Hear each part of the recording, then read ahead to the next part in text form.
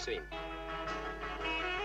Och ett nytt genialiskt ventilationssystem som ger infri sikt och bättre luftfördelning. Saab 96 har en sober stil och vilka fantastiska vägegenskaper som framhjulsdriften ger. Saab 96 är snabb och accelerationsvillig tack vare ny starkare motor på 42 hästar. Sätt er bakom ratten. Ni kommer att bli begeistrad i nya Saab 96. När människan uppfann hjulet hade hon lagt grunden till de moderna kommunikationsmedlen.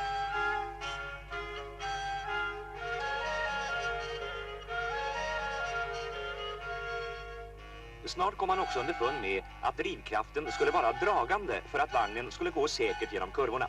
På denna logiska princip tillverkas idag vår moderna svenskbyggda Saab 96.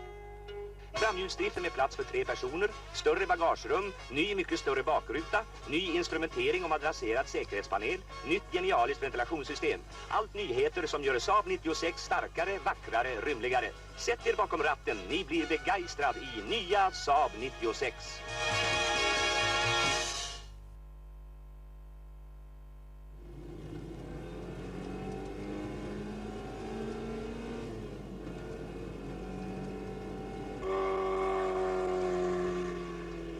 Varför tror ni att vi på Saab ställer upp i de flesta svenska och internationella rallyn? Helt enkelt därför att vi anser att rallybanan är världens hårdaste och mest utslagsgivande testbana. Tom Trana till exempel är inte bara rallyförare. Han är lika mycket testförare. Åt Saab och åt er.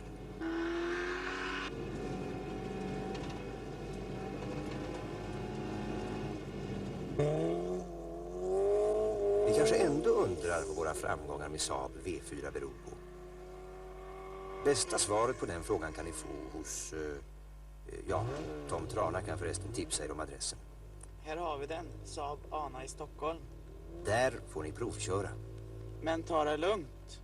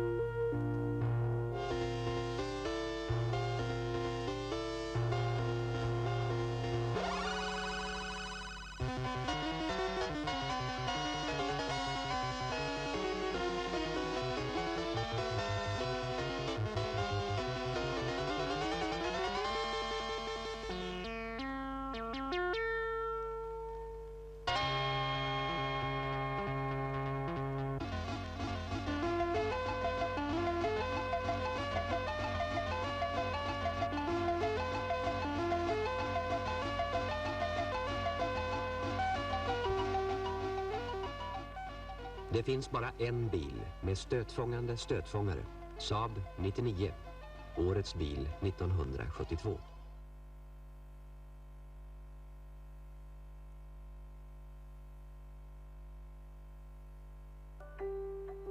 Du har säkert hört talas om kraften i Trollhättan. Den där som faktiskt både syns och hörs när vattnet rusar fram genom älvens kraftstationer och slussar och som så påtagligt är källan till den stad du ser idag. Men här finns också en inneboende kraft hos människorna, hos alla de som genom generationer ställt om, tänkt nytt, vänt motgångar till framgångar och med innovationen som drivkraft skapat ett växande Trollhättan där vi hela tiden gör plats för fler. Inte för sakens egen skull, utan för att vi vill ge förutsättningar för alla som vill ta vara på sin fulla potential. När vi tar sats så gör vi det tillsammans. Det är så vi i nära samspel med näringslivet utvecklat en ledande högskola inom arbetsintegrerat lärande. Det är så vi de närmaste åren fortsätter bygga tusentals nya och centralt belägna bostäder i 10-minutersstaden. Kanske är den hållbara stadsdelen Vårvik det tydligaste exemplet på hur drivna partners gemensamt sätter spaden i jorden och vågar tänka annorlunda när andra tvekar. Och det är så vi tillsammans ständigt stärker den strategiska forskningen vid Innovatum Science Park, där startups och etablerade företag sida vid sida möter och förändrar framtiden. Vi gör det på samma plats där det redan för 150 år sedan växte fram ingenjörskonst som satte Trollhättan på den internationella kartan. Där och då lades bland annat grunden för det som idag är GKN Aerospace med sin världsledande utveckling av komponenter till raket- och flygmotorer och med fokus på nya och lättare material. Med samma utgångspunkt, att minimera belastningen på miljön, utvecklas det här i Trollhättan idag mobilitetslösningar baserade på eldrift, drygt 70 år efter att den första Saab-bilen byggdes på Stallbackaområdet. Vi vill fortsätta vara först. Och när vi går framåt så vill vi göra det med företag, samarbetspartners och andra strategiska aktörer som verkligen delar vår vision om en innovativ stad med plats för framtiden. Vi har infrastrukturen för transporter på vatten och på land och vi kan skapa rätt förutsättningar för såväl avancerade som energikrävande produktionsprocesser. Dessutom har vi logistiken, människorna och de inspirerande omgivningarna. Plus att vi har föreningarna och kulturen som bidrar till ett ännu rikare liv. Men framför allt har vi ambitionerna som faktiskt präglar en hel stad. Kalla det gärna handlingskraft, eller varför inte bara säga Trollhättan.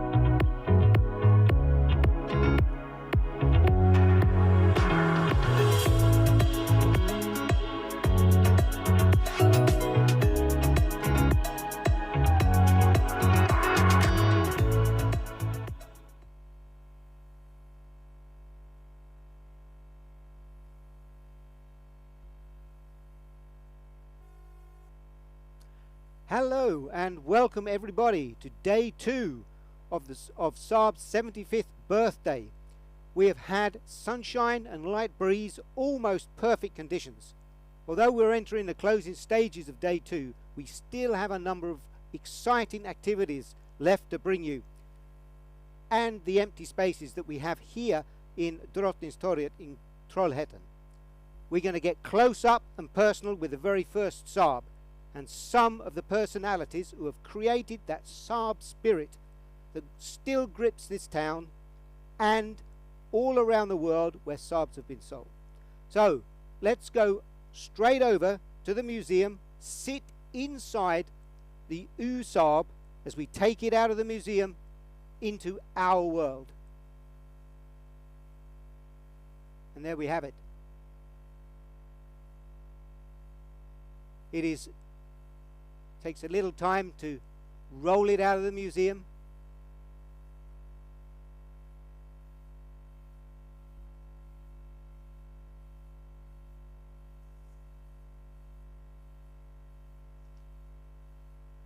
This is one very, very special car.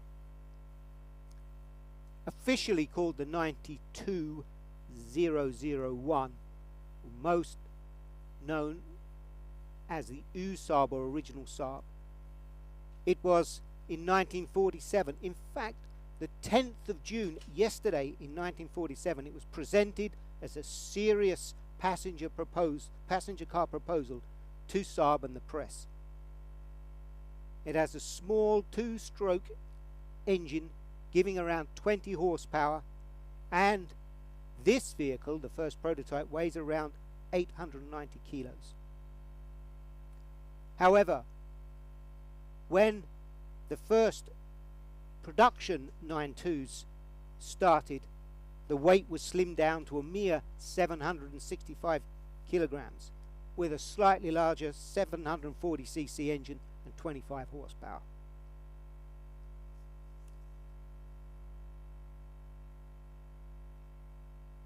Okay, we seem to have a stop right at the moment. But here we are inside that very special first prototype car. And it doesn't get more spectacular than this, as you are actually in the seat looking out as we try to extract it from the museum's collection. Actually, this car started in around 1945. Saab began to study passenger cars, and this was led by Gunnar Lindström in Linköping. And we get to 1947, as we said earlier, the passenger car was shown, and it was further defined and refined with another 20 prototypes. And actually these prototypes, Sixten Sarsen, the designer, was brought in and started to refine the aesthetics of the vehicle. Originally, it was aircraft engineers that designed and developed this original Saab. Around a team of 20 under Gunnar. And allegedly, only one of them had a driving license. So this can actually explain to why so much aircraft technology and thinking came into this small economical car.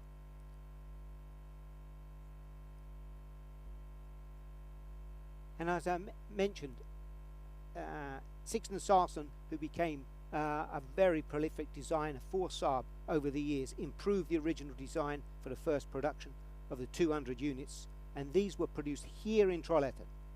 And the 92, as it was called when launched, went on sale in 1949.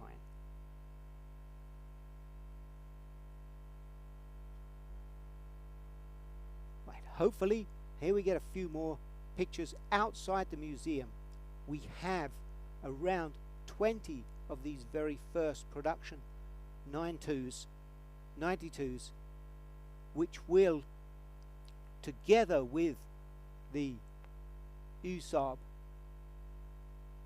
92001 form a cavalcade which will proceed from the museum all the way down here to the square in Trollhättan, Drottnintorget, here in Trollhättan. And then further inciting activities will take place when this cavalcade arrives. Having said that, these are special vehicles, old cars, running two-stroke engines, two-cylinder two-stroke engines, and it'll be very interesting to see these actually all start up and get moving. Now we're checking on the time here. We'll have to hurry Peter along a little bit because this car needs to be physically out of the museum by now. But I believe what's going on, until we can get this out, there's a little bit of a prize giving being taking place. This prize giving usually takes a little longer than planned. So let's just sit here and look at the original Saab, and hopefully we can start to see it to move.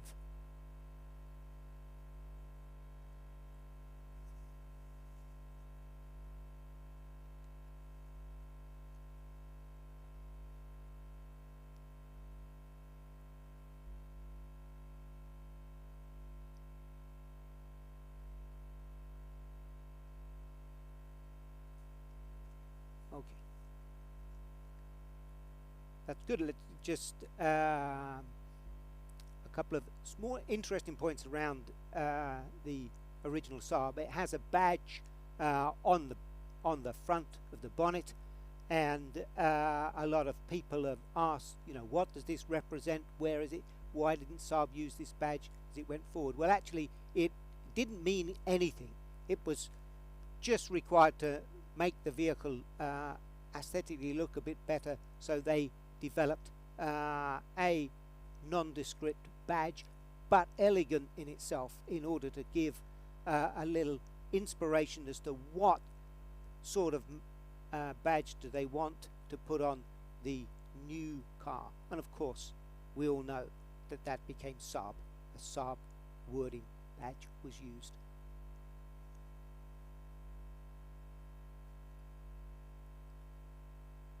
And these prototypes, before actually the first serial production started, these around 20 prototypes that we talked about, these cars were really thoroughly tested, along actually with the original Ursaaben here was pretty extensively tested as well.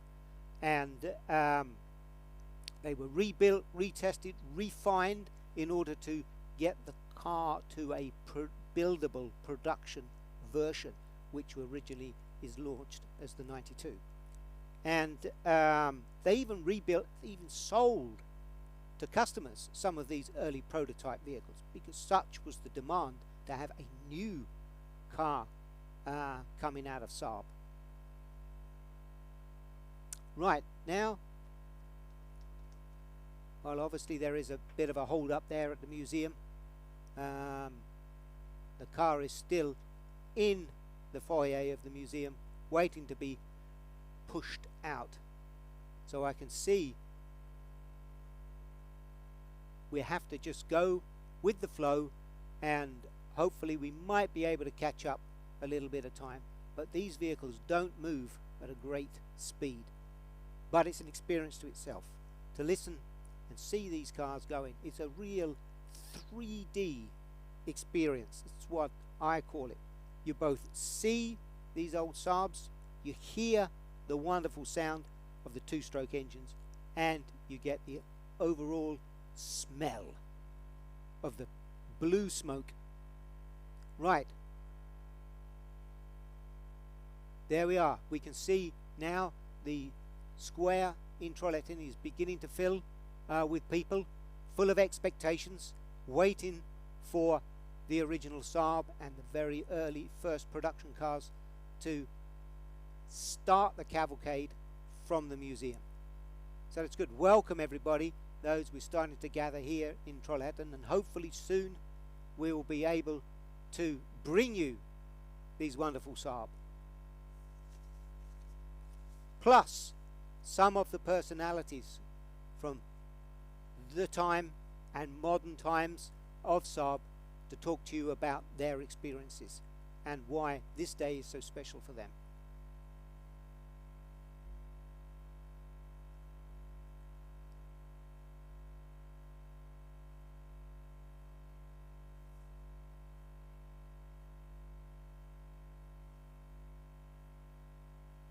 This is very good. Soon we're going to have to ask you in the crowd here in the square to start to chant that we want Saab in order so loudly that the museum can hear us and get on with the cavalcade. But I will let you know if we get to that extreme.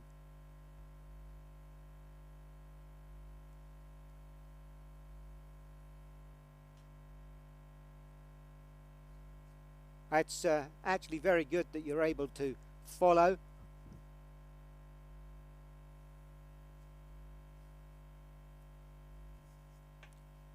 What's going on?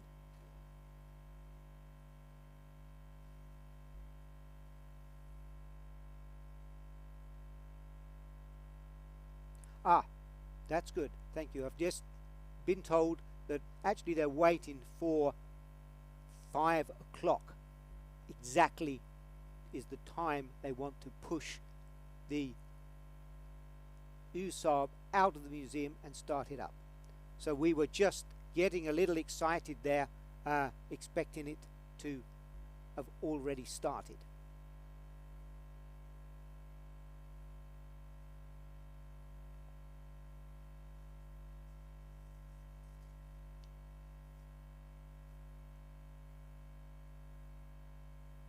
I'll give you just a little information about the cavalcade. Just while we're waiting for Peter to finish off. As I said, it'll be headed up by the 92001, the original Saab. It'll then be followed by actually one of the last Saabs, the 95, the new 95 as we like to call it, wagon, which is the working car for the museum. That will follow the Ursaaben just in case there are any problems. Although there shouldn't be, because this vehicle has just passed its vehicle test this week in order to make it fully roadworthy and legal to drive on the public highway here in Sweden. And insiders tell me that that was actually something that it should have done back in 1949. But in order to fulfill the requirements needed to be able to drive this car on the public highway down here to the square, it had to have an roadworthy test certificate here in Sweden. And actually you can read about that.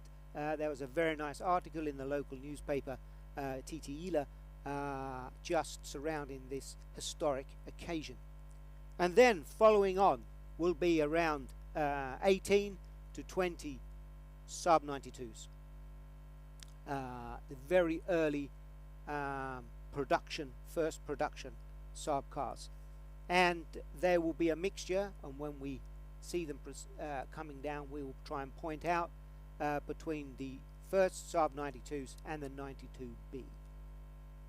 Because the first 92s that went in production, very much like this original Saab, were very special, aircraft inspired, still maintained that very low drag coefficient of 0.35, which is very compatible to current cars today. And of course a unique special it didn't have. Here they come, here it come, they're actually bringing it out of the museum now. A unique feature on this vehicle is there is actually no boot lid or trunk lid as they like to say in America. The luggage compartment is there where a regular luggage compartment is, but in order to access it you need to go through the rear seats. So the rear seat fold down very early. Now we're getting to the stage. Peter's there lifting the bonnet, putting the old familiar jump cables on, to try to pump a little bit of life into this very first prototype.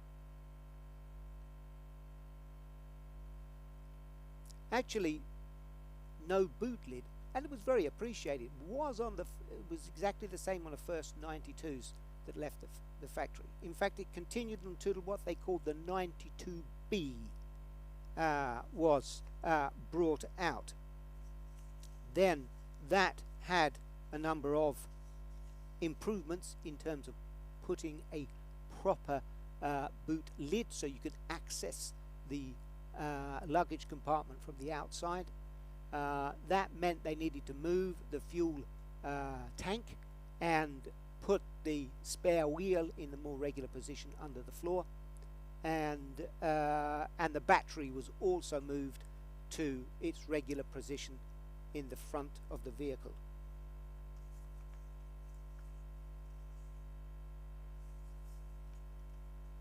Okay, maybe we might get a little bit of sound as this wonderful car,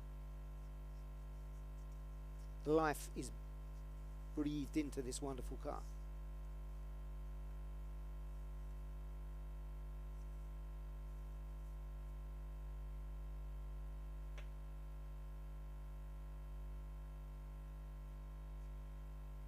The 92B with the boot lid came into production in 1953, and it also had a larger window and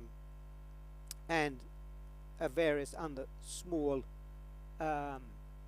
improvements.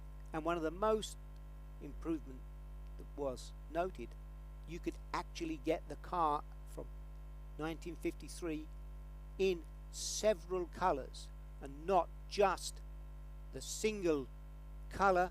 Unlike the Model T, Ford was black, Saab single color was green, and it's alleged that this was carry a surplus military green that they had left from when they were building aircraft, although of course it was a bright shiny green instead of a matte green.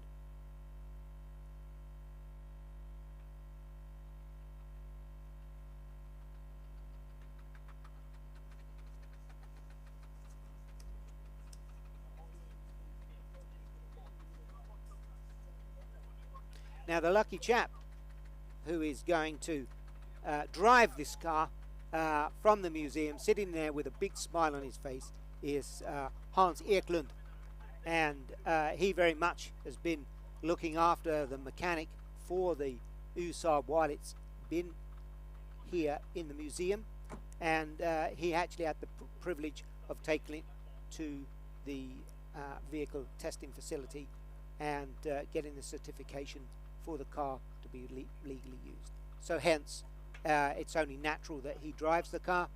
Sitting next to him is another Saab celebrity, Gunnar Larsson, who was the technical director at Saab up until 1987 when he retired.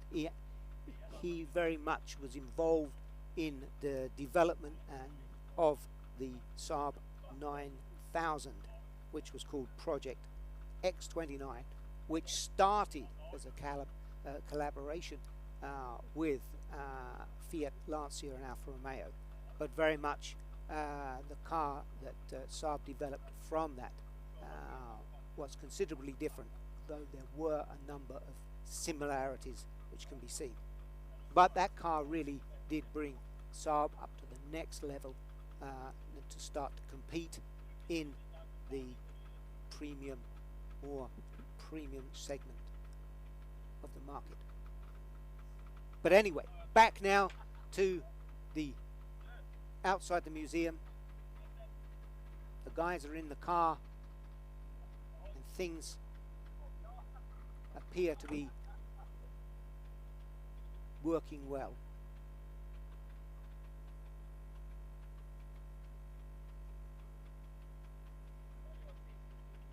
So we've successfully breathed some life into the Ursaaben. Now we also, while the focus of attention is around those, we need to get the early 92s up and running, and they are two-stroke cars.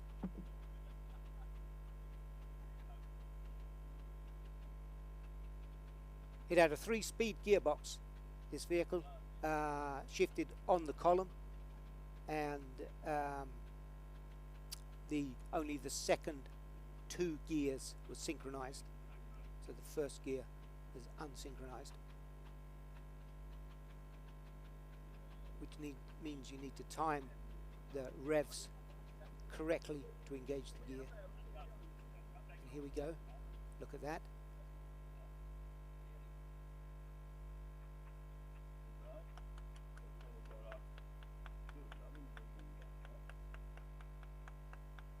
That's good.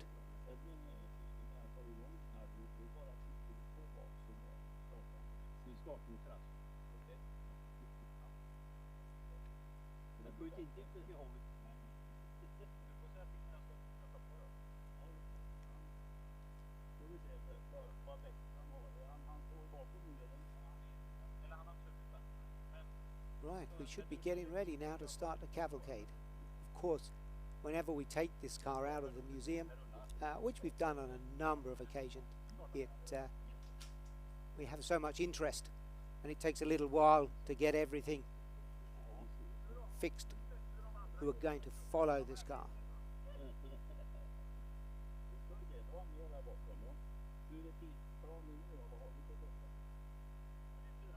Here we have also a camera in the car, so you can actually see live as our 2 drivers, our pilot and co-pilot, will be driving the Saab to us here in Trollhättans Square.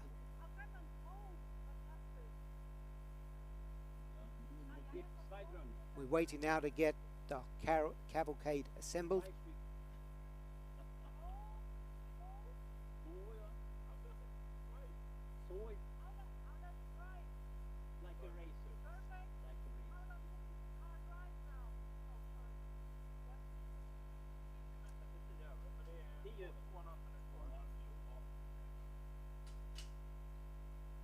As I mentioned earlier, it'd be hopefully very soon we can get things rolling, but of course there is great excitement out there at the museum. I can imagine, yes, people are going to have a great difficulty in actually letting these vehicles through and proceed. So we're just ensuring now that everything is clear, that they can begin the cavalcade to us here in the square.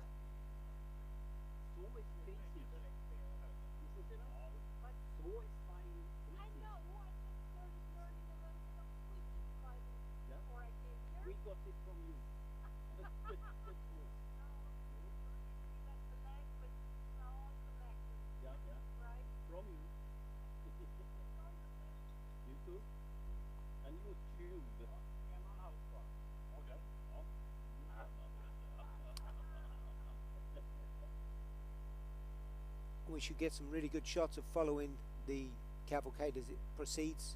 We have a lot of cameras out there.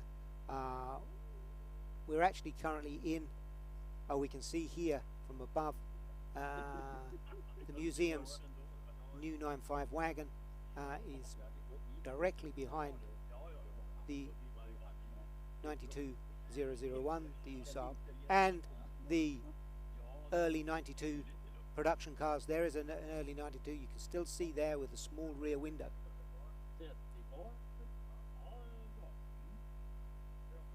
Getting ready to follow.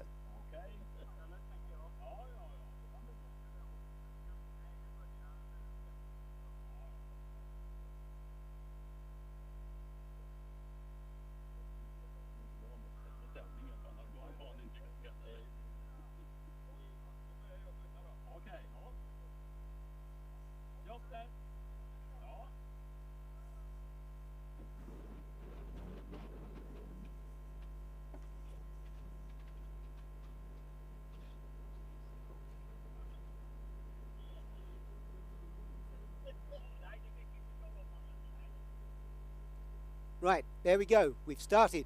Excellent. Wonderful. They've got a big clap as they're starting to leave the museum area. And then we can see them from above. Oh, is that a police escort? No, hopefully, but probably not.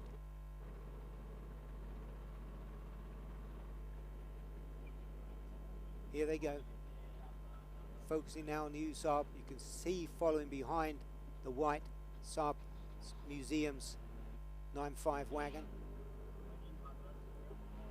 And hopefully the first production 92s will start to follow on. And you can still see here there were so many cars, Saabs, in the whole Innovatum area.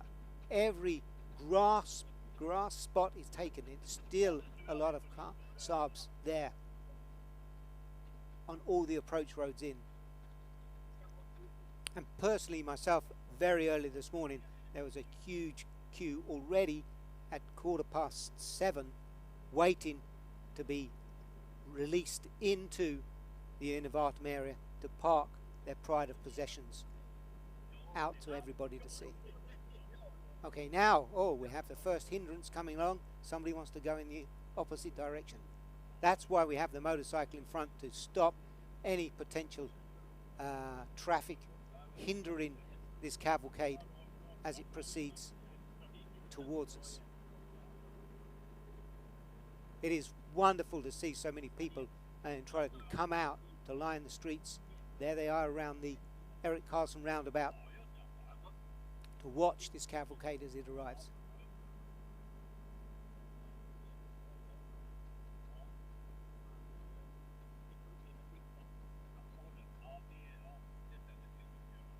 As I said, the weather has been beautiful, although now it's slightly cooler and the clouds are coming over, which actually really does benefit the two-stroke engines, and I'm sure we're going to have no problem with them coming through.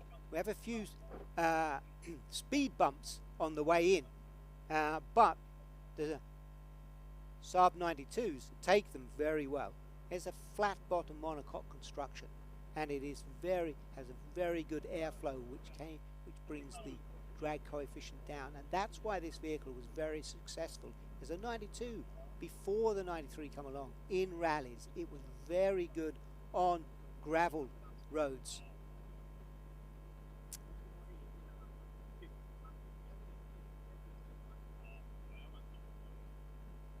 Okay, now they're not far away. I don't know if we have any pictures of the complete cavalcade, or we're just really following the Ursaaben.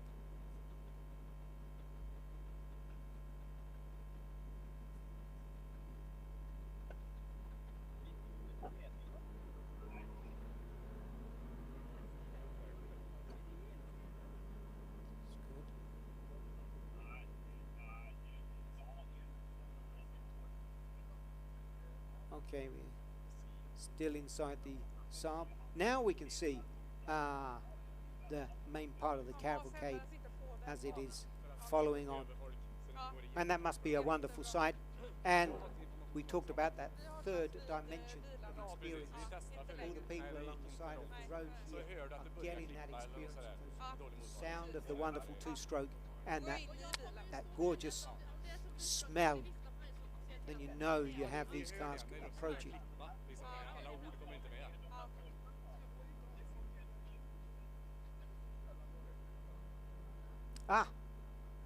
Taking the bus as well, and here we can see the square in front of us, which should be coming to the square almost now.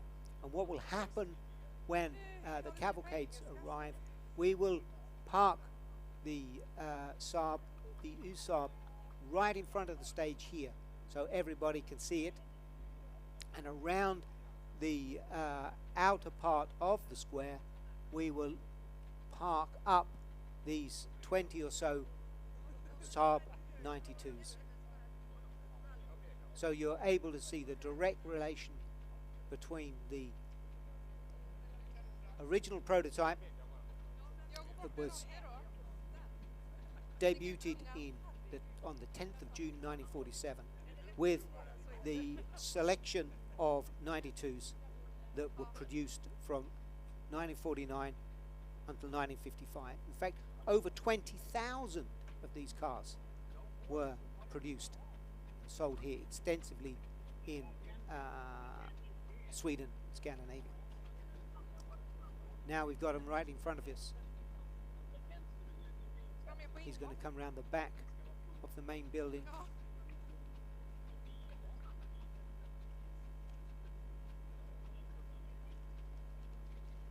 Okay, here the new 95, the white 95 will break away. We see the crowds here. I think we're going to have to move some of you because the Ursaaben is going to come in next to T Engineering's vehicles. So you have the past and the future together. And we're going to talk to T Engineering a little bit later on this afternoon. We'll explain what's happening. But here you can now see and feel the complete evolution of passenger cars from 1947 right up until the current day.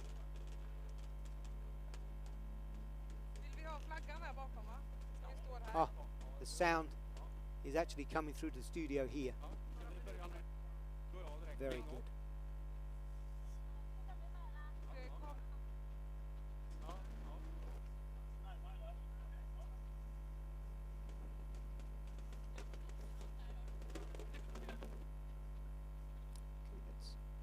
We're just positioning the car live. It's still running in the ideal location where we want it. Now we go. Now we've closed it down. Thank you. That's a wonderful round of applause for these gentlemen who drove the original Saab.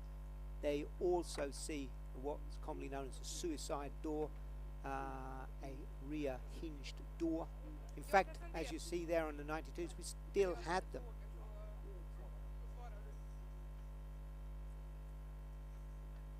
In fact, they were maintained throughout the 92 production.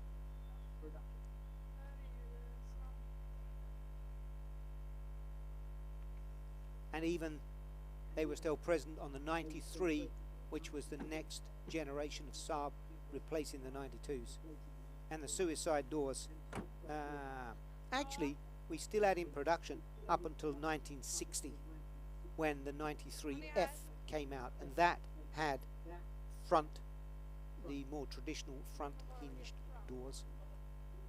Now we can see this selection of grand old cars being positioned around the square.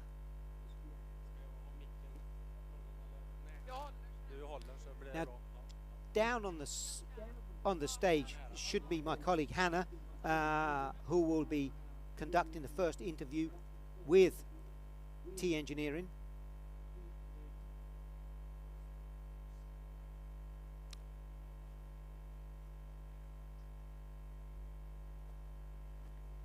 And that will be with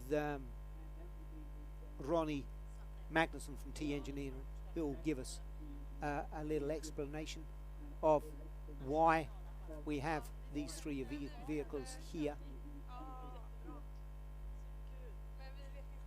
and the significance of the Ursaaben and T Engineering still leading the way in automotive development here in Trollhättan.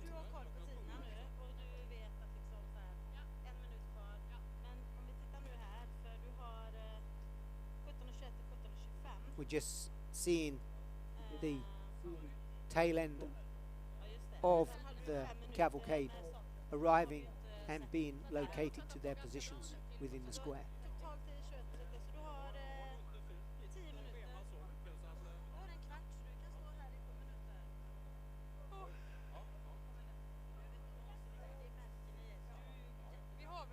And as we saw the pilot and co-pilot in the original Saab, we'll be talking to Gunnar Larsson a little bit later on this afternoon. who will also give us his insights and his connections to these wonderful early production Saab cars.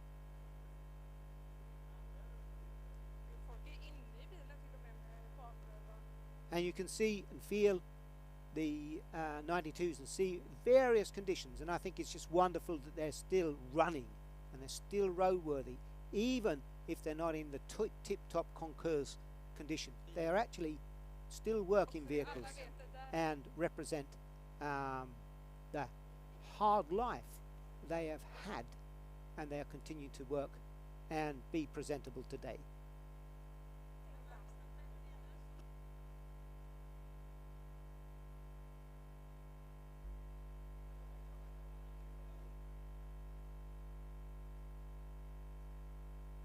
Good, we're just getting things set up down and finding the right people on the stage.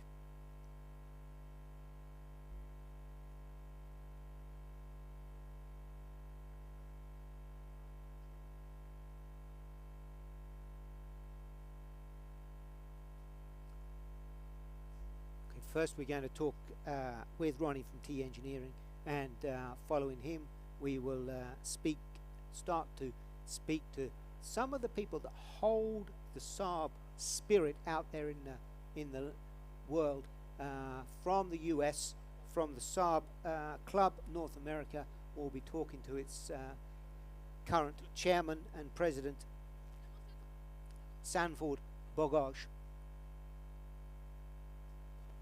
and then we will round him off with talking to Gunnar after he has calmed down from his dramatic journey in the original Saab.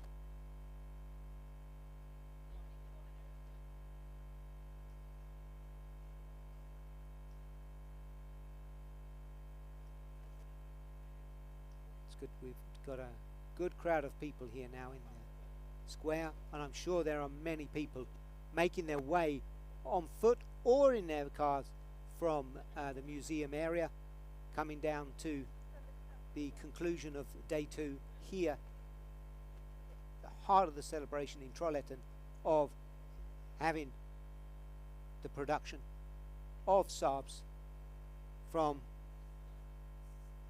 1949 up until 2012.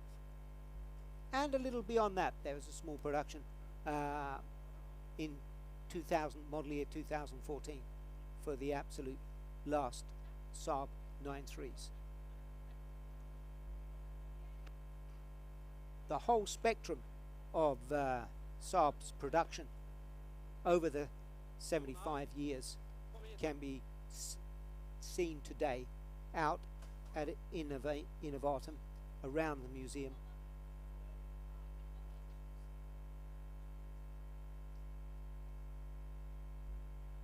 And just as a small note reminder, we're not ending today. There is a day 3. This is a 3-day festival. And the second day tomorrow. The museum is open tomorrow, normal time, and starting at 10 o'clock until 6 tomorrow. So you can always go back and actually touch and see if this original Saab is still warm from today's activities. Otherwise, the main activity for the festival will be actually at Kinakulla, the local race ground.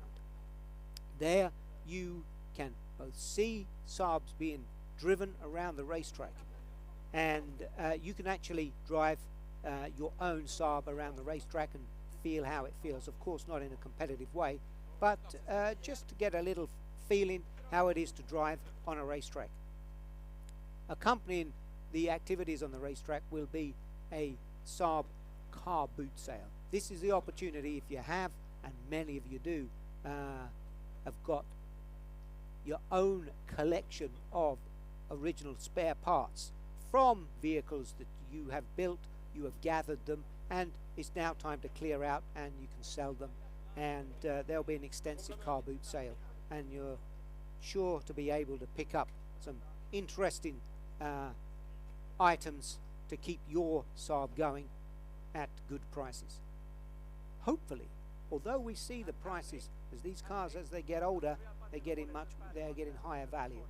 The parts are harder to find, and of course with that there are rises with the prices. But you can still find some really good value items out there. Okay, we're now ready to switch over to Hannah. She's located Ronnie from T Engineering, and I think let's cut into her. Thank you, Hannah.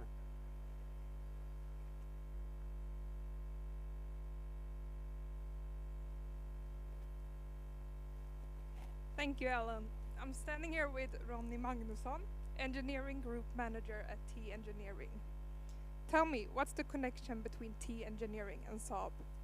Well, back in 2012, January 1st, we were 16 brave engineers, managers and project leaders starting up T Engineering right after the Saab bankruptcy. Today, 10 years later, we are a bit more than 100 still innovative, powerful, looking forward engineers, managers and project leaders working and developing control systems here in Trollhättan. Amazing. There's a saying that Trollhättan has turbo in our DNA and future mobility in our minds. What is T Engineering doing when it comes to future mobility? We develop control systems. We have a vision to become Scandinavia's leading development company for electrification and future mobility. And within that we develop control systems for body control, that is like washers, wipers, door locks, entry for the car from your mobile phone, etc. We do chassis controls like steering, electric power steering. When you don't have a combustion engine in the vehicle, you don't have the hydraulic power, so you need an electric motor to power the steering wheel for you. And also when we come to the thing behind us here, there is no steering wheel anymore in the car. We also develop hybrid controls and electrical vehicle controls. Great. Tell me about the name T Engineering. What does the T stand for? The symbol T is from the hammer of the ancient god Thor. Also we had T as technical development at Saab, which was the big space where all the engineers worked. So we took the T name and the Thor hammer logo into our company name. I also heard something about the first Saab, the baggage. One more time, please. The T in the logo type, I heard something about the old Saabs, the baggage. Yes, the logo type of the Thor hammer was also part of the luggage compartment of one of the Saab 9.5. So when you open the trunk lid, that lid was, the handle was made as a T. Thank you, Ronnie. Moving on to find Gunnar Larsson.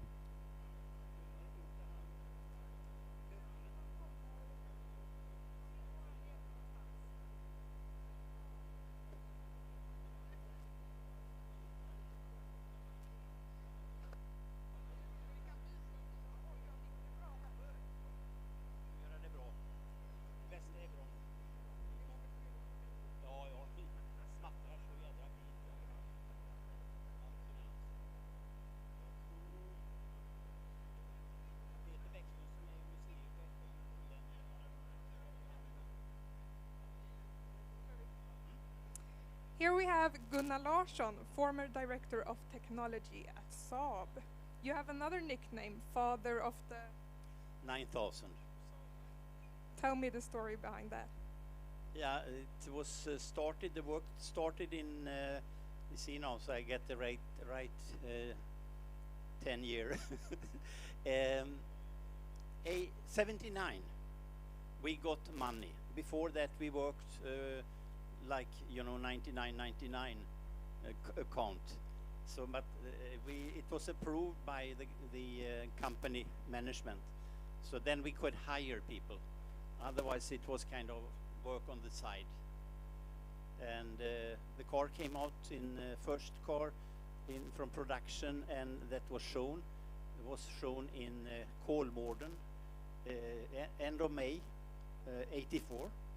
And after that, they made roughly 500,000 cars. So it's quite impressive work from all the people that worked at Saab in the factory. Thank you. What's your take on what the legacy of Saab means to future mobility? Yeah, it's hard for me to know what others think, but it was a company that made its own rules and didn't follow the general themes, that are in design and so on. So they had a special Saab style, and those people who bought the Saab, they were also a little bit different. Even in so late as in the 90s, when we tested what kind of people buy Saab, there were mostly single work, the dentist, lawyers, doctors, even a few policemen. Thank you. How do you feel seeing all these people from all around the world gathering here in Trollhättan to celebrate Saab today? I'm shocked to see all the people that have this interest. And if I could cry, I would do that. Thank you. Big applause.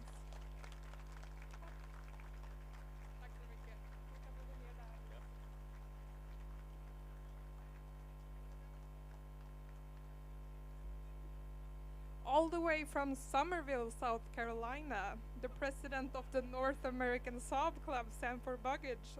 Sandy, tell me more about the club. How did it start? Why Saab? The club has been around for over 30 years, similar to the way the clubs have started in countries all over the world. The community has come together to share the joy and camaraderie of friends with Saab. Great. What are you looking forward to most today? Well, today I was looking forward to seeing the Ursaaben driving.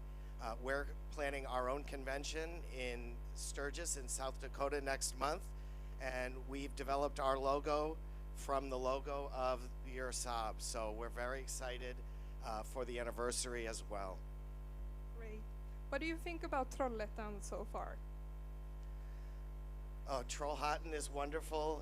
It doesn't matter the language. I think that the word is camaraderie. The community shares the same feeling all over the world. And I've been traveling so far through Europe, starting in Amsterdam, coming up through Denmark, and we had a wonderful trip. And every time we met people with Saab, they were open and sharing with us and just really making me feel welcome. And it's been wonderful. Thank you. Back to you, Alan.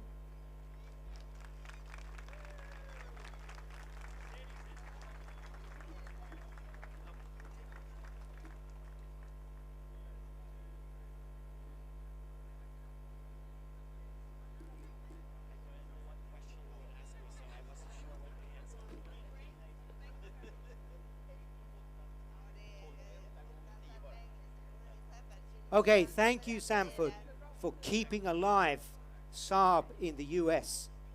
And with that concludes the English part of this afternoon's celebrations. Now I will hand over to Anna to take us through the remainder of the day in Swedish.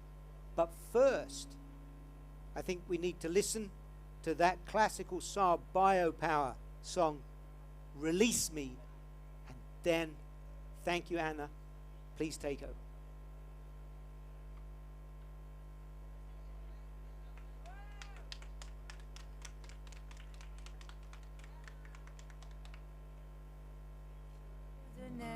Locked in a cage,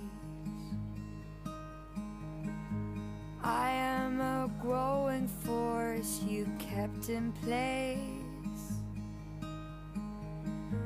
I am a tree reaching for the sun. Please don't hold me down.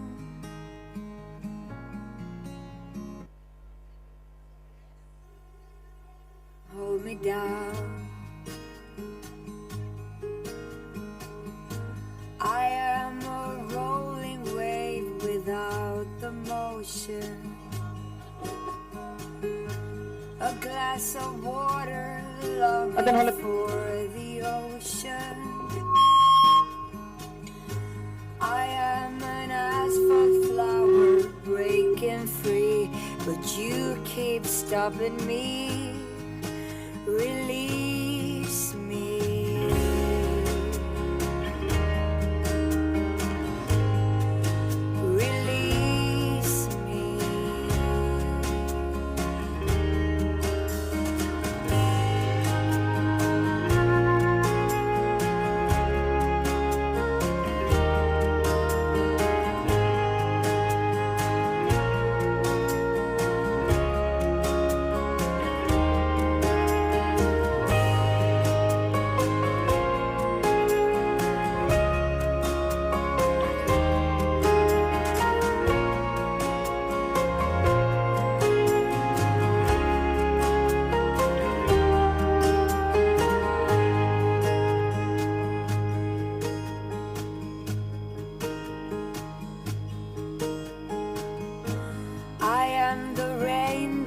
Coming down on you,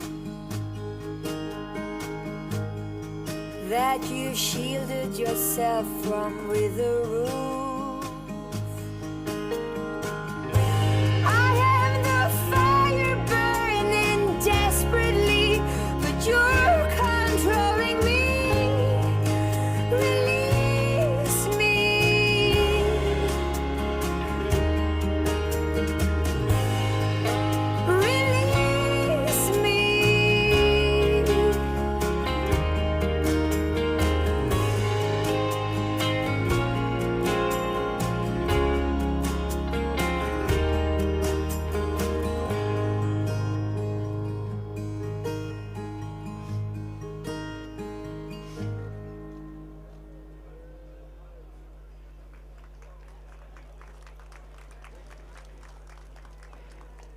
Hej allesammans! Visst skapar den känslor. Mitt namn är Anna Nilsson. Jag jobbar på Trollhättans Saab på näringslivsenheten. Det är vi tillsammans med City Trollhättan, Visit Trollhättan Vänersborg och självklart Saab Car Museum som har bjudit in till detta 75-årsfirande på torget. Och det värmer mitt hjärta att se alla er här idag. Tack för att ni kom. Vi lyssnade precis till Release Me med Oh Laura som användes vid Saab-lanseringen av Biopower. Den handlar om att släppa kraften fri. Och i min värld och min tolkning så är det precis vad som hände i Trollhättan efter Saab. Vi kommer strax att få upp några gäster som vi ska intervjua. Men först ska vi hålla kvar känslan som Release Me gav oss och titta på en film som vi på Trollhättans stad visar för företag som ska etablera sig i Trollhättan.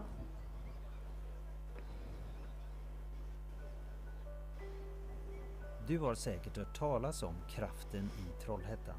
Den där som faktiskt både syns och hörs när vattnet rusar fram genom älvens kraftstationer och slussar och som så påtagligt är källan till den stad du ser idag. Men här finns också en inneboende kraft hos människorna, hos alla de som genom generationer ställt om, tänkt nytt vänt motgångar till framgångar och med innovationen som drivkraft skapat ett växande Trollhättan där vi hela tiden gör plats för fler. Inte för sakens egen skull, utan för att vi vill ge förutsättningar för alla som vill ta vara på sin fulla potential. När vi tar sats så gör vi det tillsammans. Det är så vi i nära samspel med näringslivet utvecklat en ledande högskola inom arbetsintegrerat lärande. Det är så vi de närmaste åren fortsätter bygga tusentals nya och centralt belägna bostäder i 10-minutersstaden. Kanske är den hållbara stadsdelen Vårvik det tydligaste exemplet på hur drivna partners gemensamt sätter spaden i jorden och vågar tänka annorlunda när andra tvekar. Och det är så vi tillsammans ständigt stärker den strategiska forskningen vid Innovatum Science Park, där startups och etablerade företag sida vid sida möter och förändrar framtiden.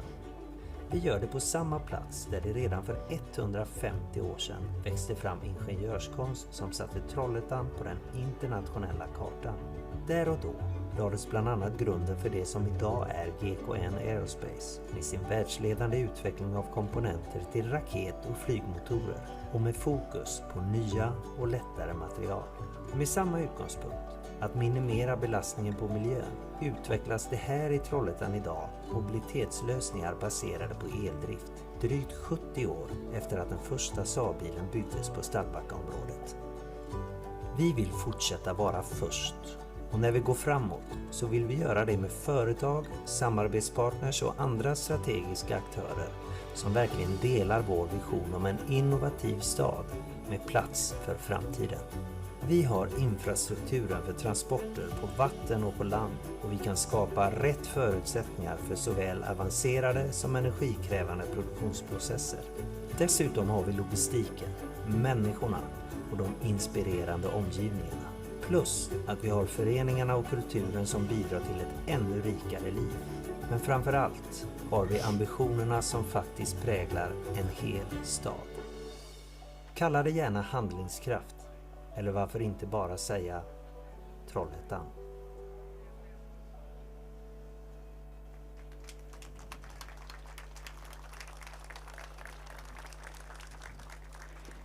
Nu har vi haft både musik och film. Nu är det dags för lite intervjuer.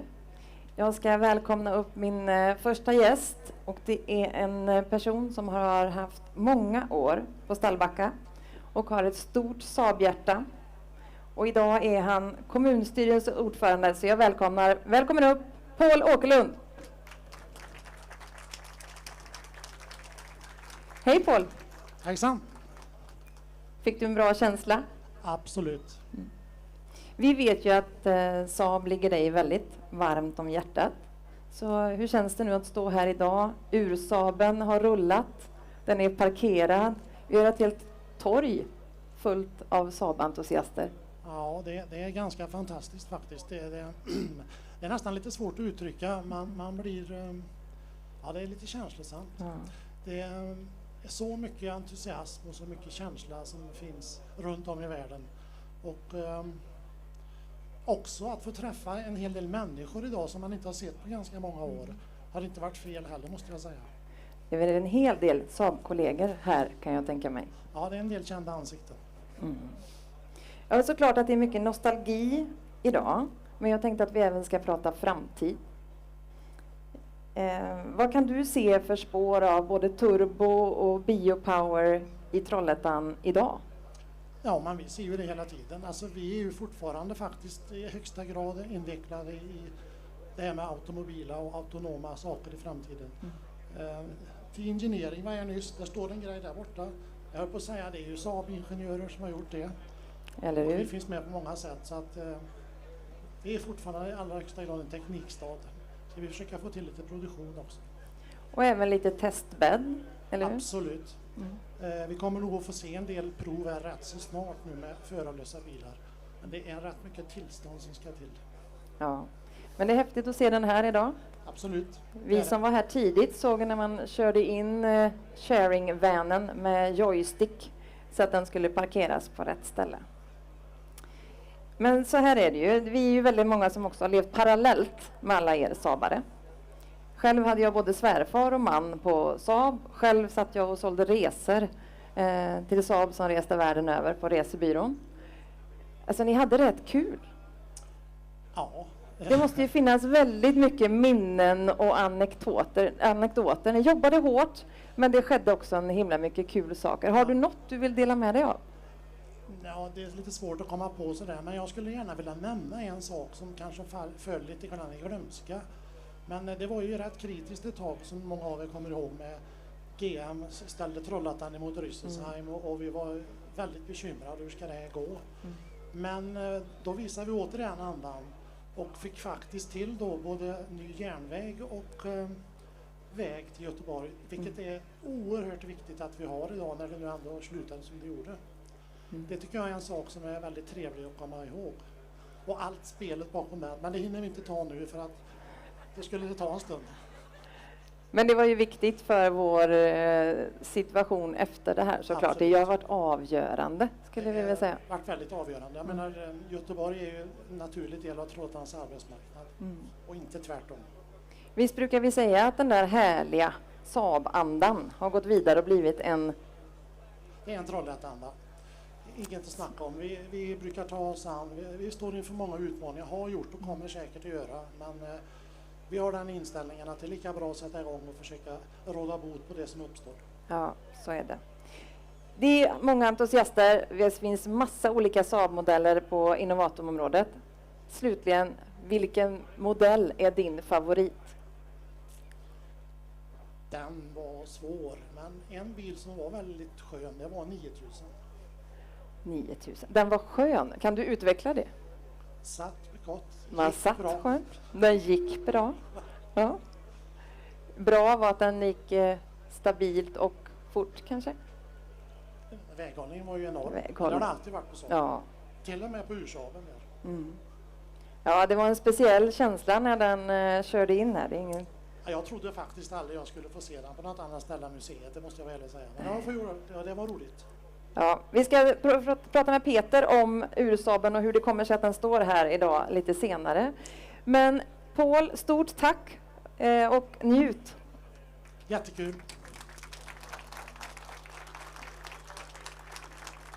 Som sagt, det är mycket nostalgi, men vi måste också prata lite framtid och nutid. Så därför har vi bjudit hit T Engineering idag. Och det är i allra högsta grad sprunget ur Saab. Och jag har därför äran att välkomna upp på scen Ronny Magnusson. Välkommen! Tack så hemskt mycket. Kul att få vara här. Ja, vi är så glada att ha er här.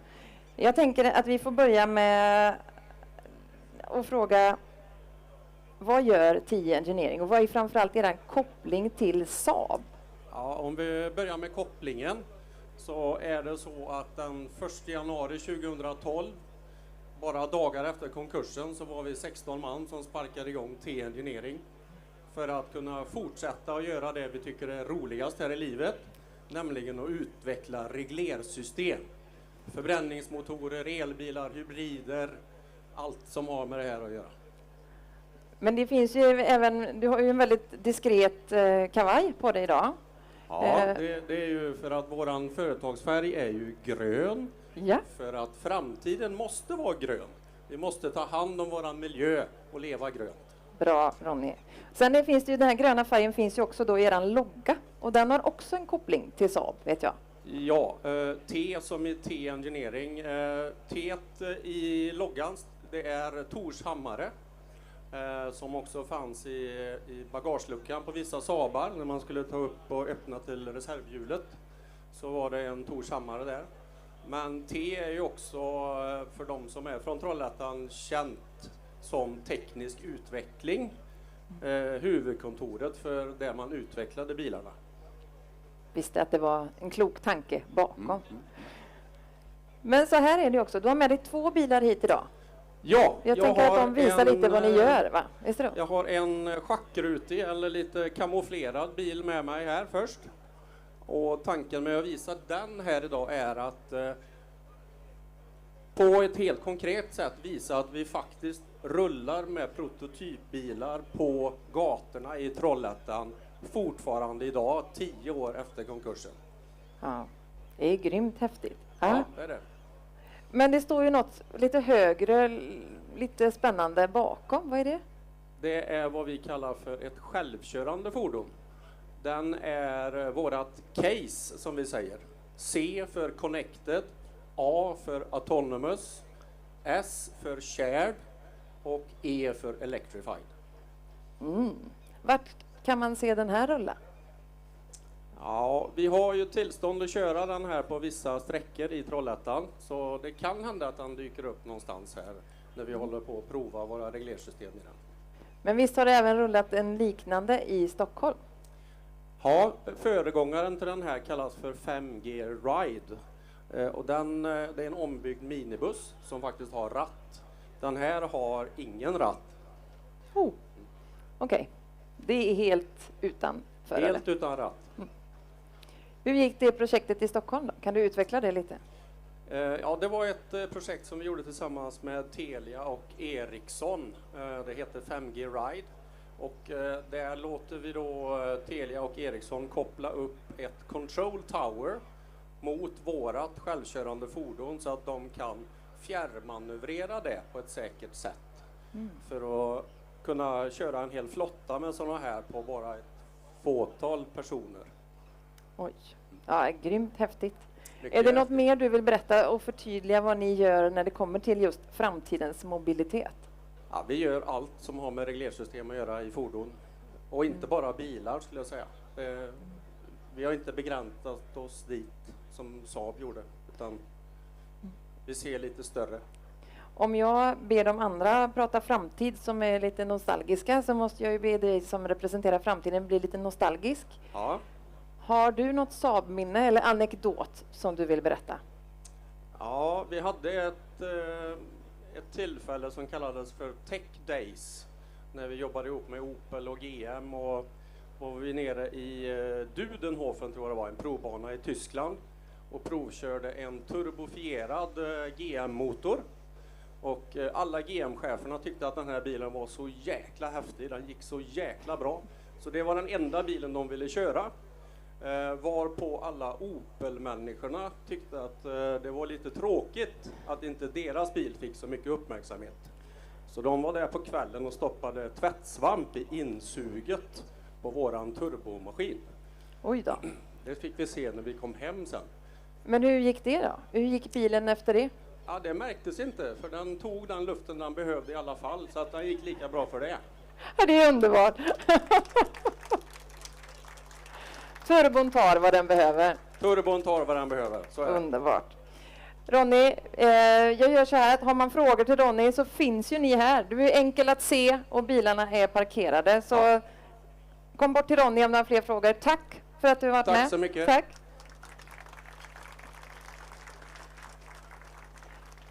Nu är det dags att få upp en annan herre från Saab-tiden. Man kan väl säga att han är mannen, myten, legenden och föraren av Ursaaben. Han var teknisk direktör på Saab, men som om det inte skulle räcka så är han en av få som just haft den titeln på 3 olika bilmärken. Mannen jag pratar om är Gunnar Larsson. Varmt välkommen upp!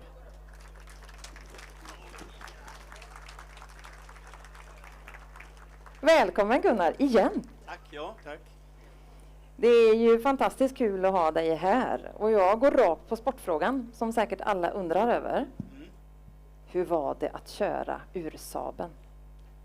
Ljudligt. Ljudligt. Alltså, hur var Peter? Var han nervös vid museet?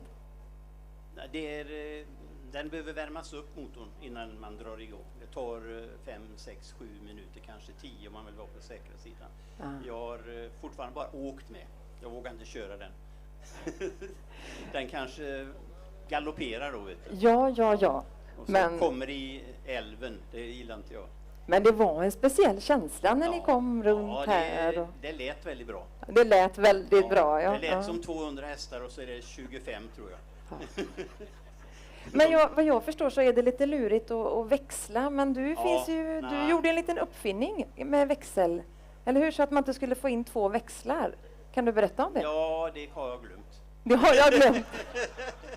Du, jag är gammal, förstår du. Du får inte fråga sånt som är längre än igår. Än igår, ja. Jag vet att vi i alla fall kom på en väldigt fiffig teknisk lösning som gjorde att man inte kunde få in 2 växlar samtidigt. Ja, det var uppdraget i alla fall. Ja. Jag hoppas vi lyckades. På tal om uppdrag så fick ju du i mitten av 70-talet, nu backar jag i alla fall lite, ett väldigt spännande uppdrag. Du skulle sjösätta projektet NSG, Next Generation Saab. Ja, just det. Och det var ett ganska högt uppsatt mål. Gör en bättre, större, starkare men samtidigt billigare bil. Oj. Det lät inte lätt. Ja, det var nog någon ekonom som hade skrivit det. Ja, men hur gick det här? För det höll på under en ganska lång tid. Ja, vad var det som kom ut av detta projekt? Ja, innan vi fick pengarna så hade det gått 3 år. Så 3 det var år. lite svårt då i början, så vi fick jobba på andra konton. Så går det till i stora företag. Ja, det var väl till och med att man fick ringa en kompis, va? Ja då, vi fick fråga de som kunde på andra ställen. I och Italien? Det var ha bra kompisar. Ja, italienarna var ju bra på vissa saker, men normalt är tyskarna bäst. Ja, Ja, du ser. tyvärr. Men vad blev det för bil, Gunnar? Ja, den hette ju, det hade olika projektnamn. Jag tror X29 hette den väldigt länge. Ja. Först var det NGS, sen X29 och sen var det någon som hittade på det här fantastiska Saab 9000. Och då sa de, varför tar ni inte 90 000? Men det var ju upptaget. Det var upptaget, ja. Ja, och de som jobbade med projektet då, alla jobbade väldigt hårt och mycket övertid, och det är få som brydde sig om övertiden för det var väldigt roligt. Det var roligt, ja. Så var vi ute och körde i världen, mycket i USA, och då hade vi bytt till Ford-grill för att det inte skulle synas, och Ford-hjul. Och då när vi var tankar då sa de, ja, alltså det är en Ford, en ny Ford, den ser väldigt fin ut. Och då tackade vi och så åkte vi. Men Saab 9000 blev ju ändå en ny era på något sätt. Ja, den var ju utvecklad senare, va? Det är klart, en bil som utvecklas 1944 som 92an var, den kan ju inte vara så modern som en som är gjord på 80-talet. Nej. Så det är ju naturligt, och det är, de som görs nu, de är ju modernare än vi var. Det tillhör verkligheten att det ska vara så. Billigare fick vi nog inte den, för det blir hela tiden mer utrustning som krävdes av försäljningssidan.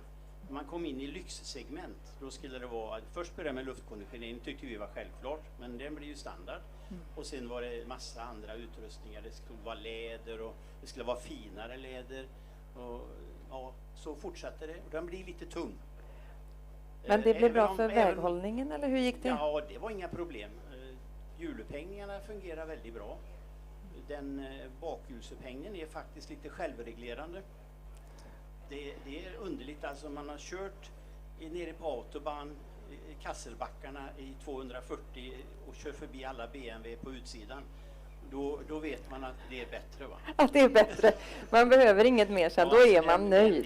Det är en geometri som är väldigt märklig. Ja. Och det är herr Magnus Roland där som har utvecklat den och baserat på en idé från Ralf Jonsson faktiskt från början.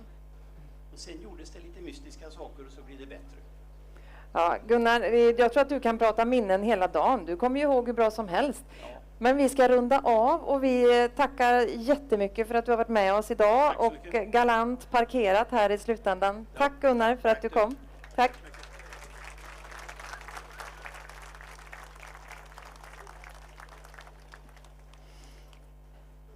Nu ska vi ta oss lite längre fram i historien. Det har blivit dags att ta upp en känd trio.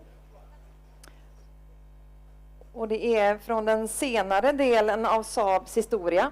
Vi ska nämligen få upp Anna Petré, Jan-Åke Jonsson och Viktor Müller. Välkomna upp på scen. De är snälla. Ladies first. I start with Anna. Ja. Anna, så här var det ju. Du var chef för samhällskontakterna på Saab. Och det innebar att du hade all regeringskontakt och så vidare. Så vad är din relation till Saab idag? Hur känns det att stå här idag? Ja, men det här är helt otroligt. Jag var nere på Innovatum tidigare idag och man blir alldeles varm i hjärtat när man ser alla er som för det här arvet vidare. Magiskt. Paul pratade lite om det här paketet som togs fram. Ja. Det där Trollhätta-paketet. Precis, det var ju 2004 tror jag. Så det är ju ett tag sedan. Det kan man ju säga, jag har ju själv pendlat i 5 år ner till Göteborg och man är väldigt, väldigt glad att vi fick till det där paketet för 18 år sedan. Men du kämpade ganska hårt för det. Det är egentligen dig jag ska tacka, Anna. Är det inte så? Dig och det var några väldigt till. Många som kämpade väldigt hårt. Ja. Men det var tuffa förhandlingar. Det var inte självklart. Ja, men det har gjort stor skillnad. Vi som jobbar med etableringar och folk som ska flytta hit idag förstår hur viktigt det verkligen var. Ja, nödvändigt. Absolut. Avgörande för Trollhättans framtid. Så tack, verkligen. Säger vi. Jag tänker så här, du har ju fortsatt kopplingar till automotive-världarna. Något som också knyter an till framtidens mobilitet. Ja men absolut, jag sitter ju i styrelser idag som jag sedan ett år tillbaka. Men ett av bolagen som jag sitter i styrelsen för och är ordförande för är ett börsnoterat bolag. Och vi gör faktiskt ett litet elfordon med produktion här i Trollhättan. Väldigt liten produktion än så länge. Men det finns ju en stor fabrik på Stallbacka som är ledig om vi skulle vilja utöka. Så att vi siktar på den. Eller hur? Bra Anna. Det var det Paul ville ha. Mer produktion i Trollhättan. Absolut. Tack Anna. Vi ska lämna över till Jan-Åke.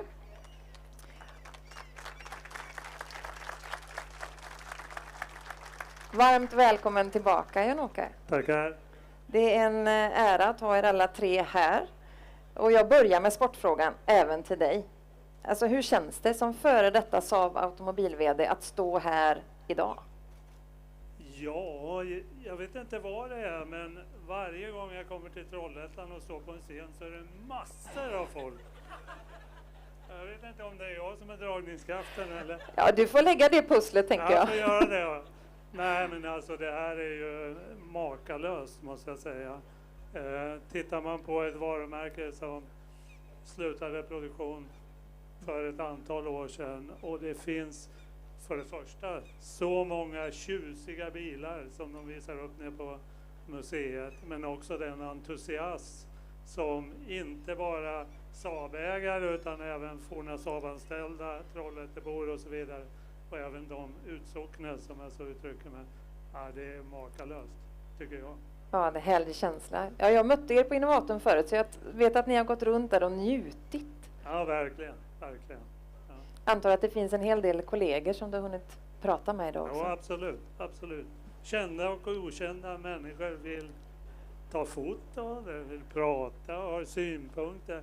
Det är så det ska vara. Jag har ju ställt frågan till några tidigare idag om det finns någon speciell anekdot man vill dela med sig av från Saab-tiden. Jag ställer samma fråga till dig. Har du någonting du vill dela med dig av? I won't talk about you. Jag var ju vd under 6 år då. Först med GM-tiden och sen då med Spiker i slutändan om man så säger. Och så det är klart mycket hände under den tiden. Mycket hände tidigare. Jag började på 70-talet på Saab personbilsdivisionen som det hette på den tiden. Men det är ju alltså det man kommer ihåg det är ju mest närtids händelser i sig då va. Och det finns både dåliga och goda och mycket kopplat till vad som hände med Spiker då kan jag säga. Jag vet när vi skrev på ett avtal i februari då 2010 blir det va, om jag kommer ihåg det.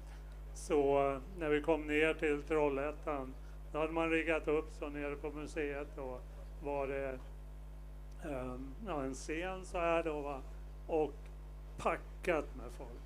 Alltså det var, jag tror inte vi förstod riktigt att det här var så angeläget och man var så intresserad och man var så jätteglad över det vi då hade åstadkommit i sig. Så att det är en händelse som jag aldrig kommer att glömma. Vi räddade också en sån här frivillig likvidation när jag var i USA, och vi hade gjort ett avtal med Beijing Automotive och sålt gamla rättigheter för över $200 miljoner, alltså mycket pengar kan man säga. Och när jag kom tillbaka så ringde vår personalchef när jag var på väg upp till Trollhättan och sa det att när du kommer nu så kanske du ska vara lite förberedd på någonting. Ja, tänkte jag, det är tårta eller någon sån här kalas. Och när jag körde in då på området så var det även då fullt med anställda.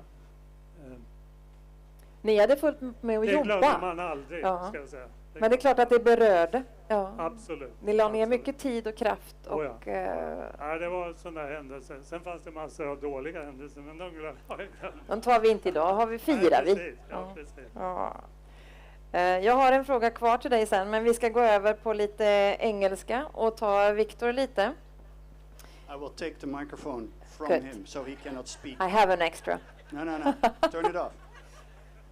A warm welcome back to Trollhättan, Victor. Thank you so much. What are your feelings standing here today among all those people celebrating Saab?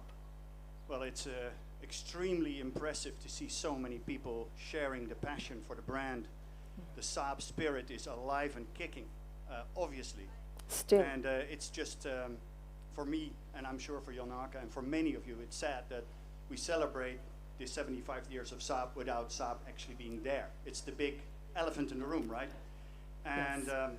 but the spirit of Saab is being carried on by so many people holding the torch of the brand, and this brand is far from dead.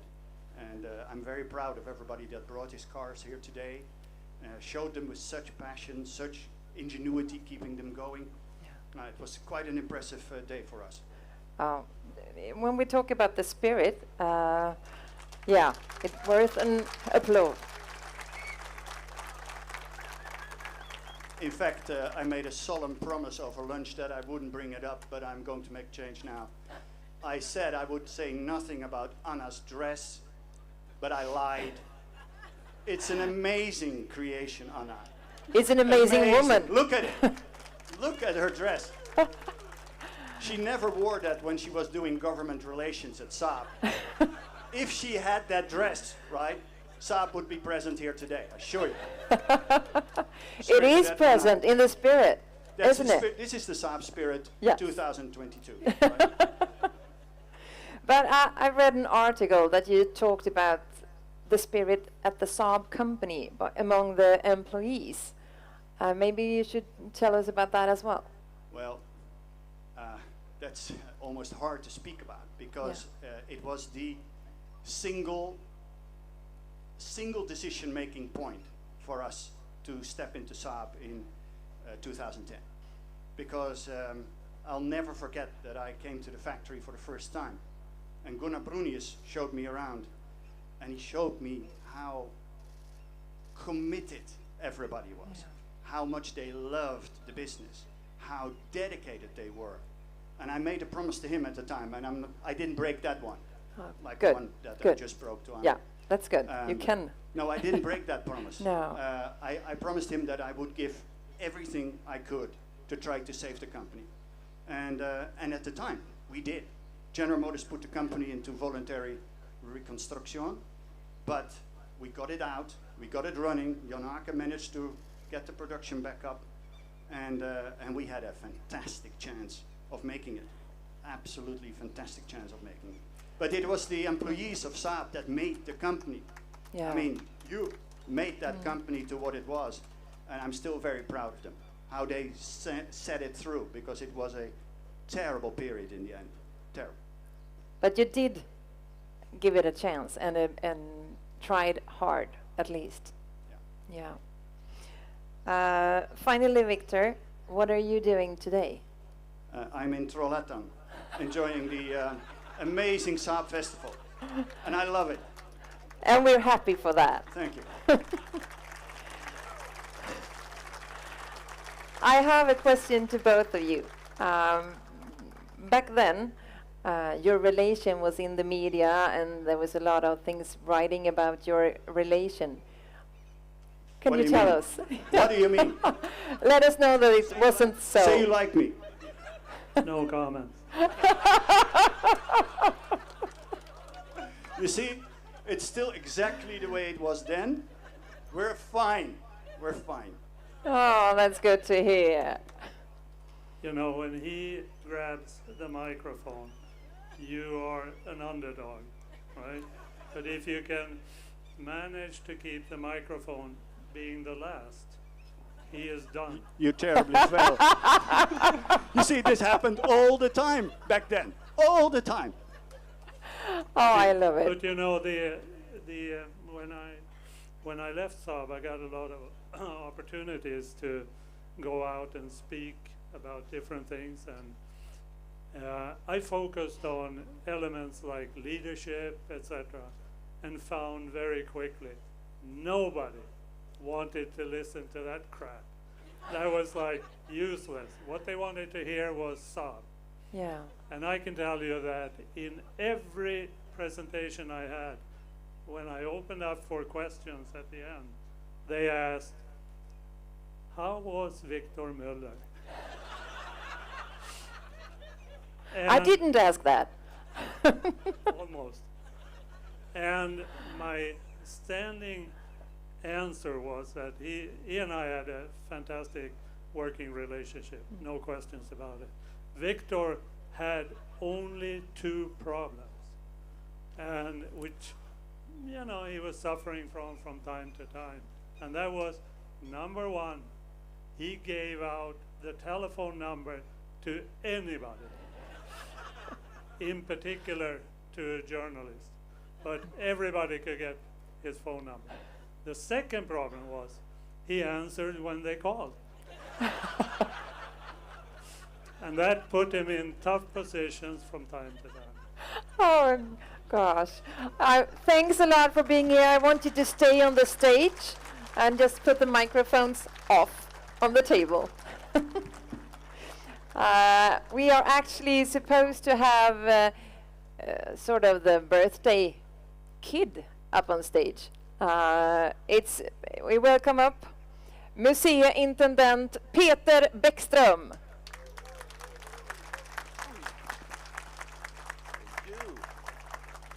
Välkommen till torget, Peter.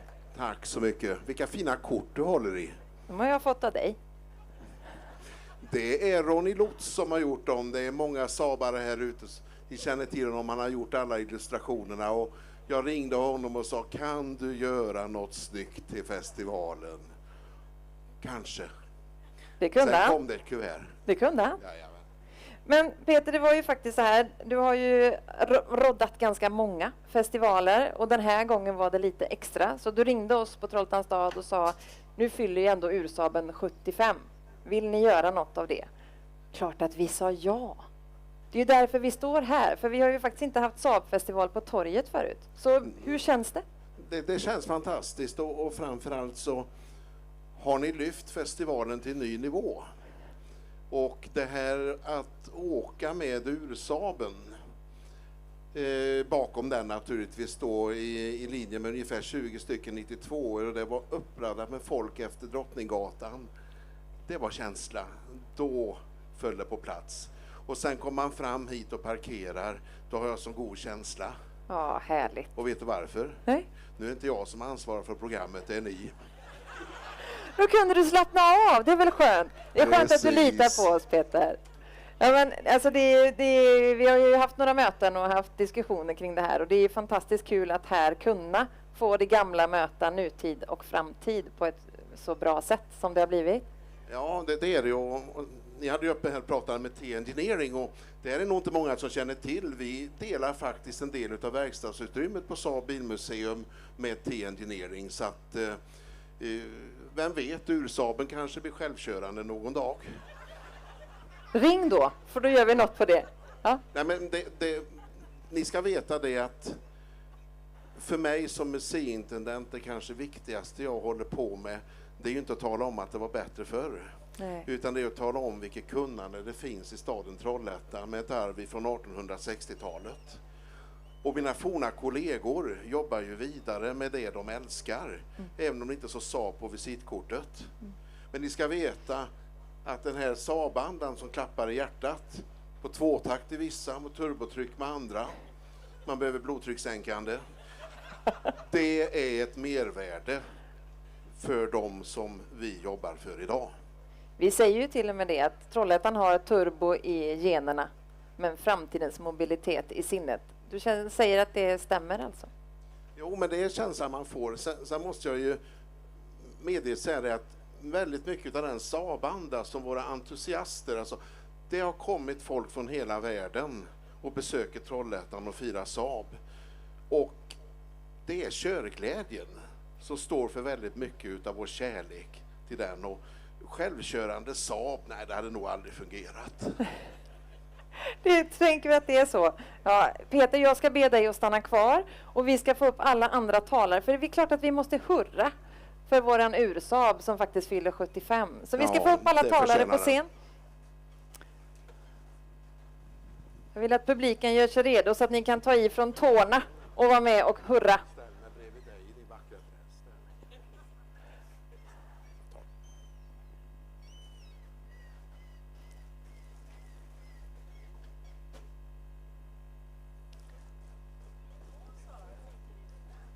Hallå. Ja, men då skulle vi vilja tacka alla fantastiska talare som har varit här idag med en blomkvast. Tack så mycket. Och nu kan jag plocka poäng när jag kommer hem. Ja, eller hur? Tack, Anna.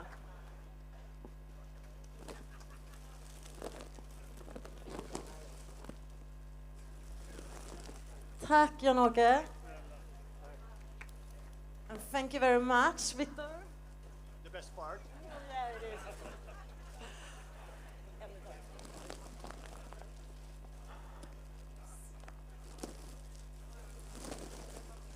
Tack, Bolle. Och tack, Gunnar. Tack, Ronny. Fantastiskt trevligt. Och sist men inte minst, tack till våran fantastiska moderator här idag. Tack kära Anna. Anki. Tack. Nu mina kära vänner, gör er redo, ta ifrån tårna, för nu är det Peter, nu åker vi. Ett fyrfaldigt leve för Saab, Ursaaben, den lever, hipp hipp! Hurra, hurra, hurra! Där blir det fanfaren. Tack alla ni som kom. Bär med er Saab och Trollhättan i hjärtat. Ha en fortsatt bra lördag.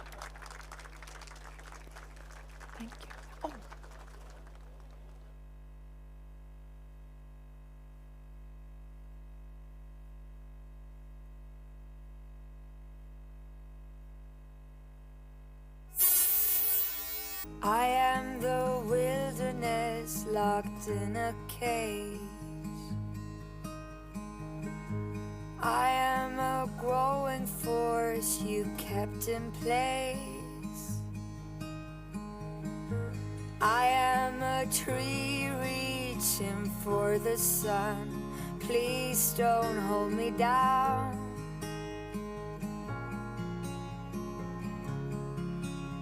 Please don't hold me down.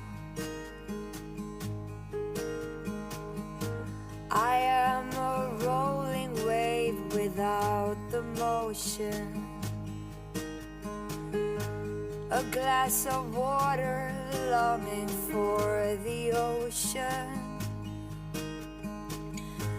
I am an asphalt flower breaking free, but you keep stopping me.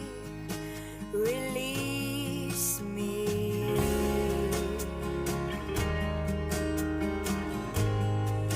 Release me.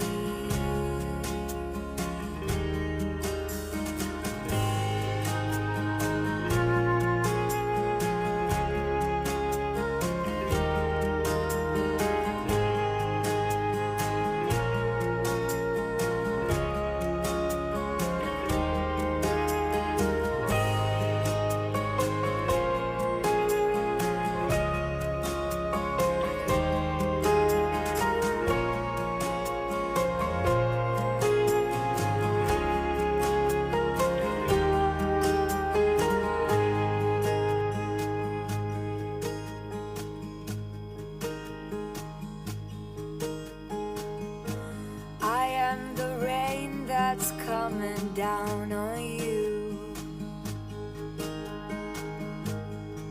that you shielded yourself from with a roof. I am the fire burning desperately, but you're controlling me. Release me.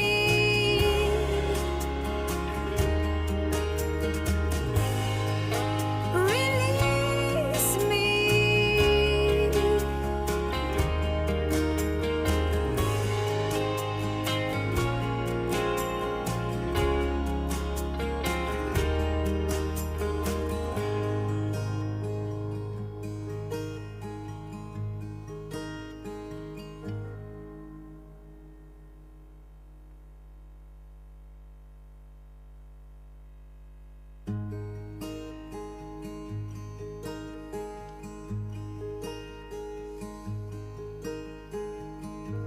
I am the wilderness locked in a cage. I am a growing force you kept in place. I am a tree reaching for the sun. Please don't hold me down.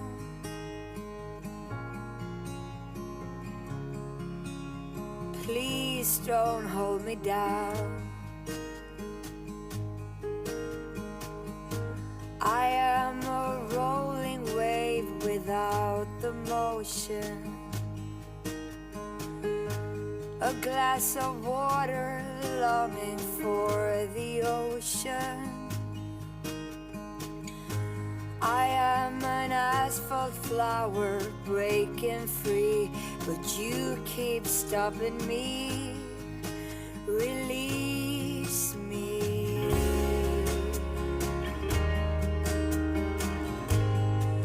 Release me.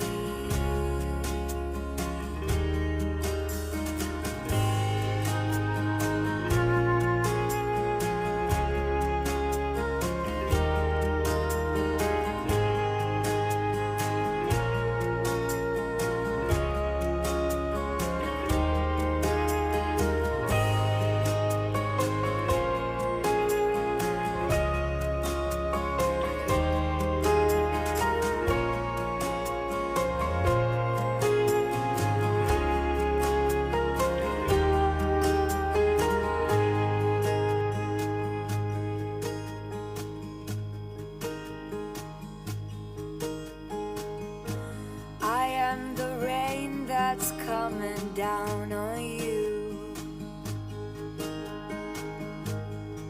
that you shielded yourself from with a roof. I am the fire burning desperately, but you're controlling me. Release me.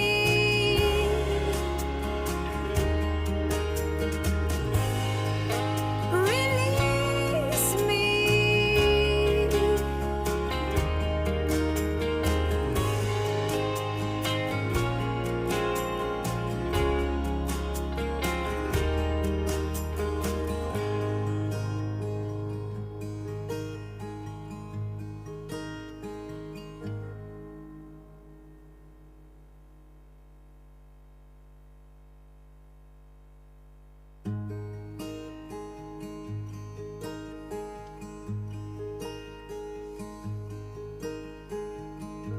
I am the wilderness locked in a cage. I am a growing force you kept in place. I am a tree reaching for the sun. Please don't hold me down.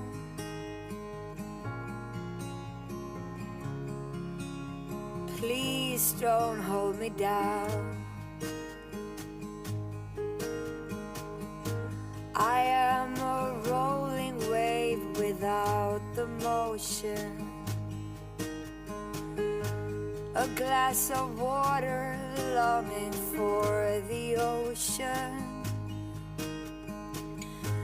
I am an asphalt flower breaking free, but you keep stopping me. Release me.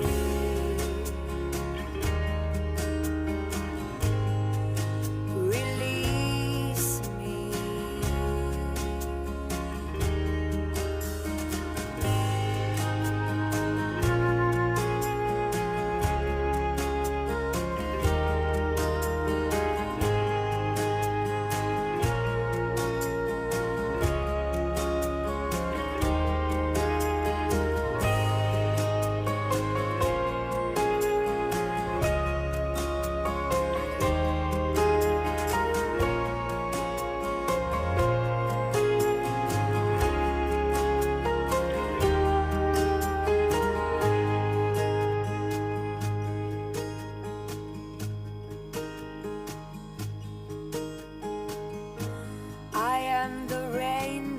Coming down on you, that you shielded yourself from with a roof. I am the fire burning desperately, but you're controlling me. Release me.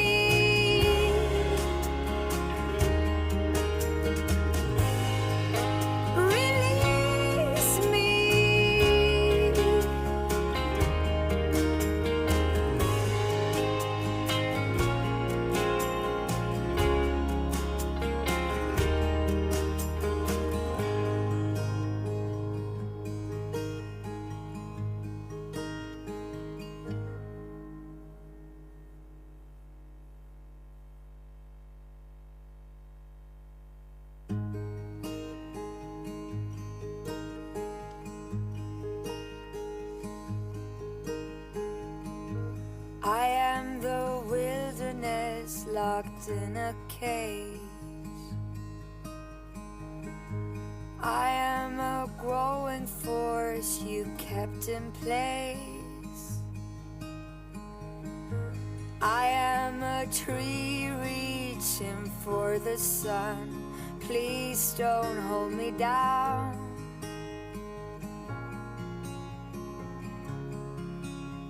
Please don't hold me down. I am a rolling wave without the motion. A glass of water longing for the ocean. I am an asphalt flower breaking free, but you keep stopping me.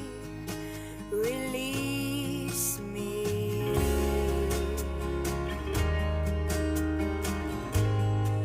Release me.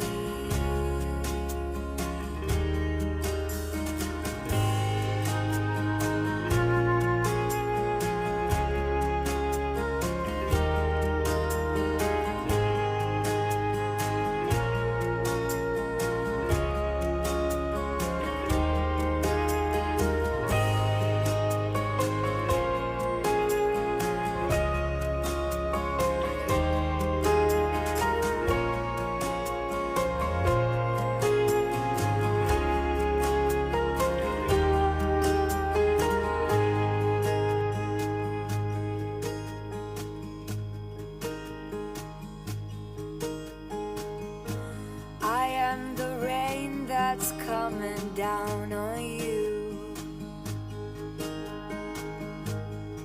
that you shielded yourself from with a roof. I am the fire burning desperately, but you're controlling me. Release me.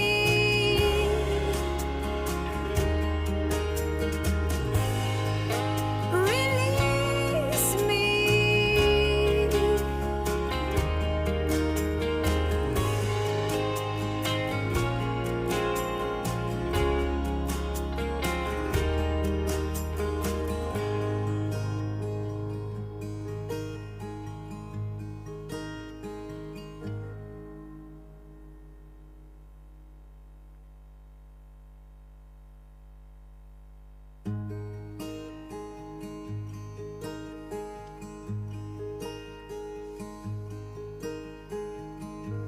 I am the wilderness locked in a cage. I am a growing force you kept in place. I am a tree reaching for the sun. Please don't hold me down.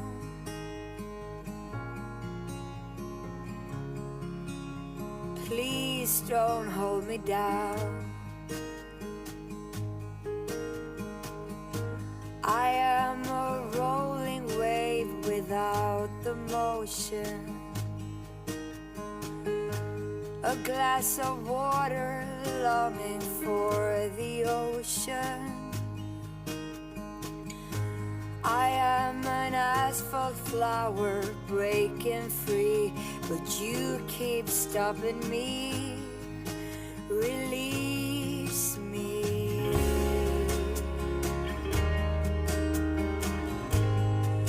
Release me.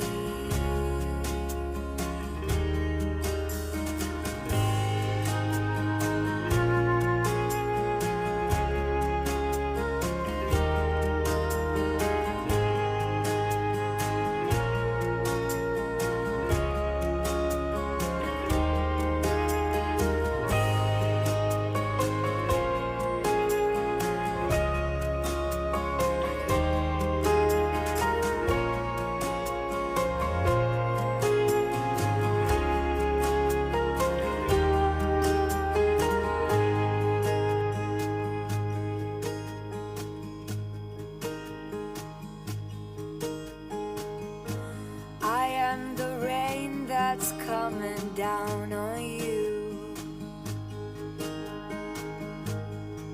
that you shielded yourself from with a roof. I am the fire burning desperately, but you're controlling me. Release me.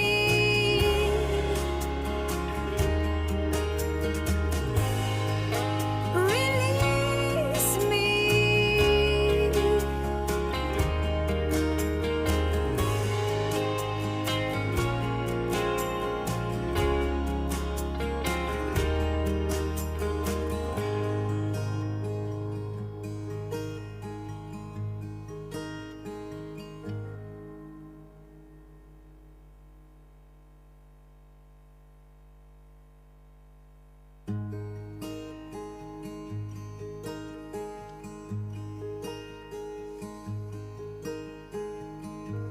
I am the wilderness locked in a cage. I am a growing force you kept in place. I am a tree reaching for the sun. Please don't hold me down.